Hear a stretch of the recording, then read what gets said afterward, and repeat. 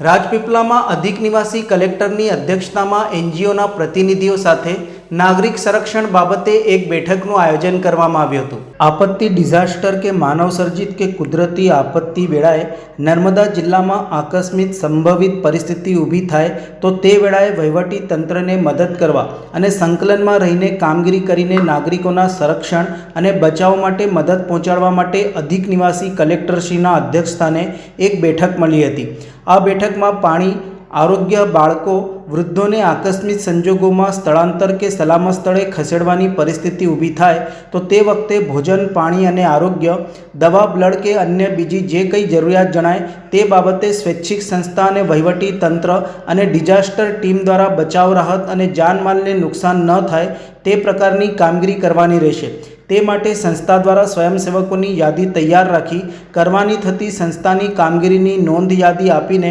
WhatsApp group બનાવી સરકારશ્રીના વખતોવખતની સૂચના અને સંકલનમાં રહીને માનવતાનું કામ કરવા જણાવ્યું હતું।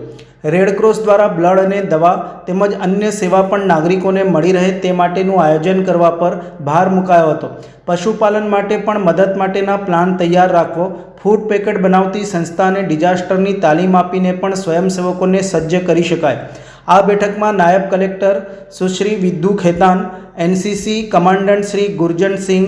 વિશ્વ હિન્દુ પરિષદ નીલકંઠધામ પોઈચા, લોક સહયોગ ટ્રસ્ટ અને રેડક્રોસના મંત્રી શ્રી જયેશભાઈ દોશી ઉપસ્થિત રહી હકારાત્મક પ્રતિસાદ આપી સંકટ સમયે તંત્ર સાથે ખભે ખભા મિલાવી કામ કરવાની ખાતરી આપી હતી। આજે મેં જિલ્લાના એનજીઓ સાથેની એક મિટિંગ રાખેલી હતી, જેમાં 43 એનજીઓ જિલ્લામાં નોંધાયેલા છે। એ એનજીઓને નાગરિક સંરક્ષણ અને આવનાર સમયની અંદર કોઈ આપત્તિજનક સ્થિતિ સર્જાય તો કઈ રીતે વિવિધ પ્રકારની સેવાઓ પૂરી પડી શકાય એનું માર્ગદર્શન માટેની એક મિટિંગ હતી, જેમાં એનજીઓ દ્વારા અલગ અલગ પ્રકારની પ્રવૃત્તિ માટે હકારાત્મક પ્રતિસાદ આપેલો છે। અલગ અલગ સ્થિતિની અંદર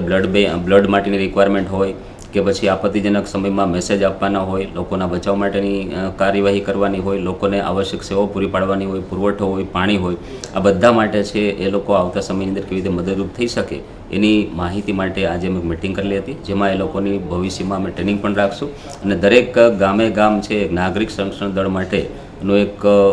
લિસ્ટ તૈયાર થાય અને એ લોકો છે આમાં એક્ટિવ ઇન્વોલ્વ થાય એ ઉદ્દેશ સાથે આજની અમે મિટિંગ કરેલી હતી, જેમાં એનજીઓએ એકદમ